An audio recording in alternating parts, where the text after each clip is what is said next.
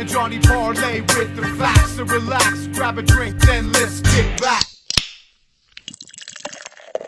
Welcome, Pittsburgh, to our Week 6 fantasy installment. I am Jim Cella. I'm sitting here with JDash, and you're listening to The Spread. How you doing, Dash? All right. You ready to talk about some fantasy quarterbacks and tight ends and some defenses? And let's do it. Oh, my. All right, so let's start off with the elite quarterbacks. Guys, you must be playing every week, and it's Andrew Luck, Peyton Manning, Aaron Rodgers, and Drew Brees. Now, Brees is on a bye this week, and Andrew Luck already played, so two down already. 2 down. You still got Peyton Manning and Aaron Rodgers. Aaron Rodgers hasn't been as elite as he was a couple years ago. Yeah, you still got to play him.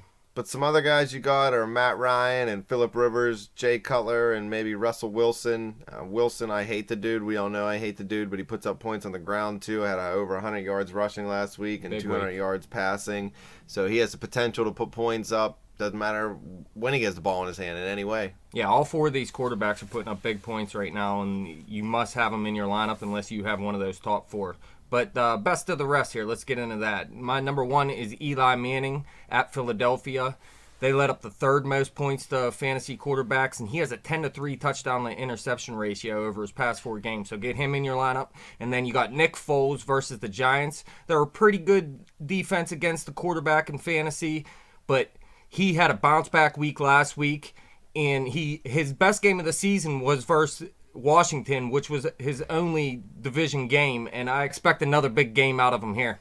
You wouldn't expect Eli Manning to fall on this list after the first 1 or 2 games this year. He was really, really stinking it up. People were maybe calling for his job. A guy that came out of the same draft as Eli that I'm looking at this week is Big Ben. He's going to Cleveland. Cleveland gives up the 10th most fantasy points to quarterbacks. Big Ben had a pretty good game the first time they played in week 1. He had 365 yards and 1 touchdown. He has 6 touchdowns and 0 INTs in the last 3 games, so that's a pretty good streak. The Steelers don't throw the ball downfield a lot, so you might not get a lot of touchdowns out of Ben this week. I think they're going to dink and dunk their way down with Todd Haley's stupid offense. Another guy you could look at is Cam Newton. He's going into Cincinnati. They give up the 11th fewest points to quarterbacks. Newton has a 5-1 TD to INT ratio. And his first 2 TD game last week versus Chicago, so he's on the rise. He's starting to feel better. His toe probably feels better. His ribs feel better. He's throwing the ball a lot better.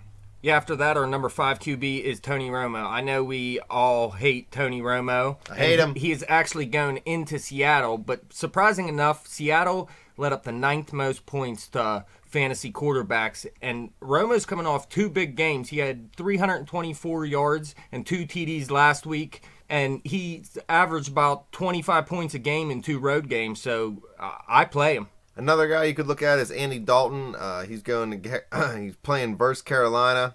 They give up the 7th most points to quarterbacks.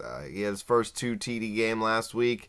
Andy Dalton's a big guy on a lot of people's radar. I don't personally like him, but he does put up fantasy points, so he's a good start. Another guy that I hate personally, but would be a good fantasy quarterback, Colin Kaepernick. He's going into St. Louis. St. Louis isn't what the defense everybody thought they were going to be. They do give up the 12th fewest points to quarterbacks, and Kaepernick only has 7 TDs through 5 games. So I don't know. Kaepernick. Yeah, we're getting a little low on our list here. We're already 12 quarterbacks deep at least. I just hate the guy. So I mean, he's a good start, but I hate him. But really, here's a good quarterback here. Our number 8 guy, Matt Stafford, but he's not having the greatest season. He's going into Minnesota, and they give up the 6th fewest points to quarterbacks.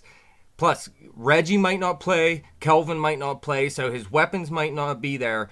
And he had a bad week versus Buffalo last week, and really, in his past 4 games, he only has 4 TDs and 4 interceptions, so he's not even really playing that great, but we're getting down there, so if that's all you have, you must play him. You know, a guy you might want to stash on your bench for later in the season is Carson Palmer. He's only owned in about 30% of leagues. But Palmer, if that nerve can come alive and he can get that arm going again, he's going to put up points with Fitzgerald and Floyd in Arizona. Bruce Arians loves to throw the ball. Yeah, I like Palmer as a play this week if he plays, but it doesn't look like he's going to. But Washington's the worst pass defense, so if he goes, pick him up and put him in your lineup.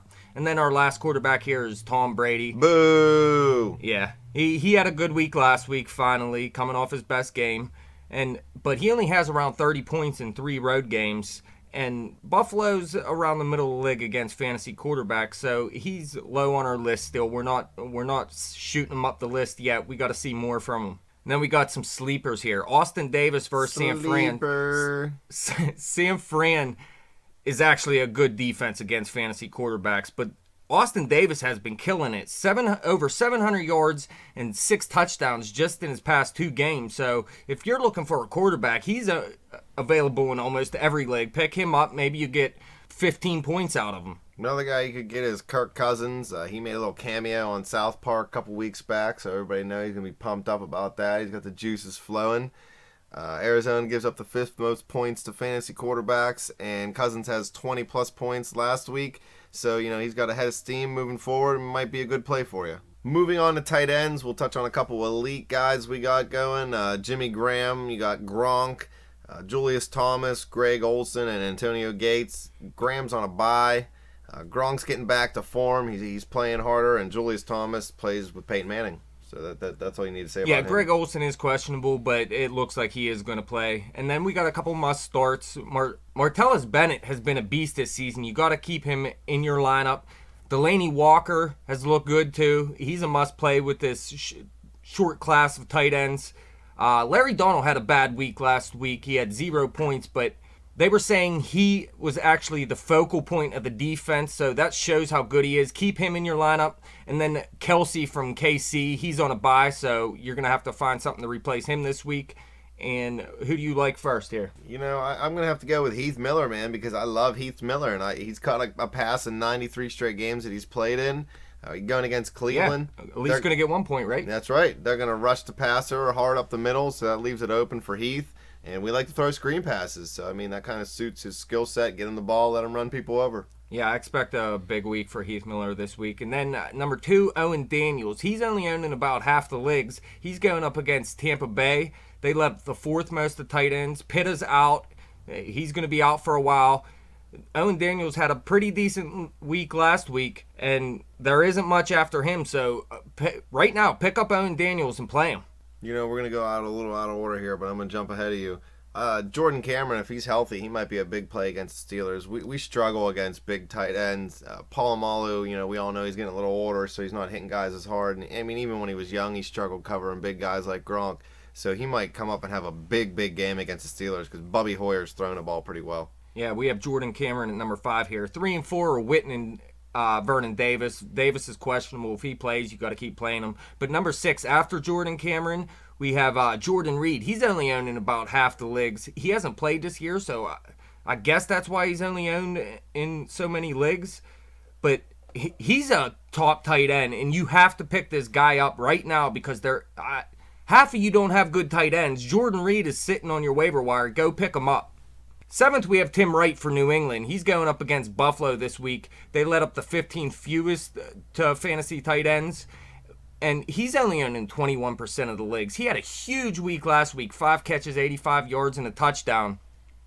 But it was only on 19 snaps. They said they're going to give him more playing time, but we'll have to see. But I do like Tim Wright because they're saying he is going to be in the Aaron Hernandez role. So Tim Wright looks like a great stash, if nothing else. And number 8, we have Luke Wilson. Luke Wilson, you love the Luke actor? Wilson. Is that the dude from Old School? If it was, I would not be putting this guy in my lineup. You can bring your green hat. But listen, this is Seattle starting tight end this week. Zach Miller's My boy out. Blue. Luke Wilson is pretty much available in every single league. So if you don't have a tight end this week and there's nothing really out there, well, Luke Wilson probably is. Dallas is the worst against fantasy tight ends. So play Luke Wilson. His brother probably comes along to tell funny jokes, too. Jared Cook's another one. 25% of the leagues. How are all these guys owned in such little amount of leagues when there's no good tight ends? Jared Cook's one of the top tight ends in fantasy right now. He does go up against a good SF defense, but, Jared Cook is a pretty good tight end. Who does he play for? Tennessee? Cook? Is he still St. Louis. Oh, he's with St. Louis. Well, that's because he has no quarterback, so people have no faith in him because the quarterback can't get the ball to him. Hey, bad quarterbacks throw to tight ends. You're right. We know that, but other people are stupid, so they panic as soon as they see the quarterback go down. They probably cut him. One other tight end we like here is Dwayne Allen. He already played this week, but he's only owned in about 3/5 of the leagues. So this guy is another guy that's right there on the cusp of being a top 10 tight end. He needs to be owned in almost every league. Let's get on the defenses here. Well, who you got first? Green Bay at Miami? Well, not my top-ranked defense, but if you're looking for a defense on waivers, there's 5 teams right here that might be available, and one of them, at least one of them, should be. First, we got Green Bay at Miami here. Miami is actually third worst against opposing defenses in fantasy, and that Green Bay has 3 straight solid fantasy efforts, and it's hard in today's NFL to keep racking up points on the defensive side. So I definitely picked them up. Actually, that's who I did pick up and put in my lineup this week. And then we got Denver at the Jets. Anytime you're playing against Geno Smith, that's a good play as a defense because that dude's just garbage. He just throws the ball to the wrong team, pick 6, fumble 6. It's everything 6 other than for his own team. Yeah, this should definitely be one of Denver's best fantasy efforts on the defensive side this season. Another one, San Diego at Oakland. San Diego's killing it. They have 8 sacks, 5 turnovers, and only 24 points allowed in the last 3 games. And we all know Oakland is a terrible offense, so definitely play San Diego if they're there. Baltimore at Tampa Bay. They forced 4 turnovers last week at Indy, so they're on the rise, and Tampa Bay's not a good offense. And then last, this is a little bit of a stretch, maybe Tennessee versus Jacksonville. Jacksonville is obviously a bad offense. Well, I'm going to disagree with that Jacksonville pick because we all know Jacksonville's my pick of the week. So I think Jacksonville's defense is going to dominate Tennessee and flip the script on you and your fantasy numbers. We'll see. Play Tennessee's defense.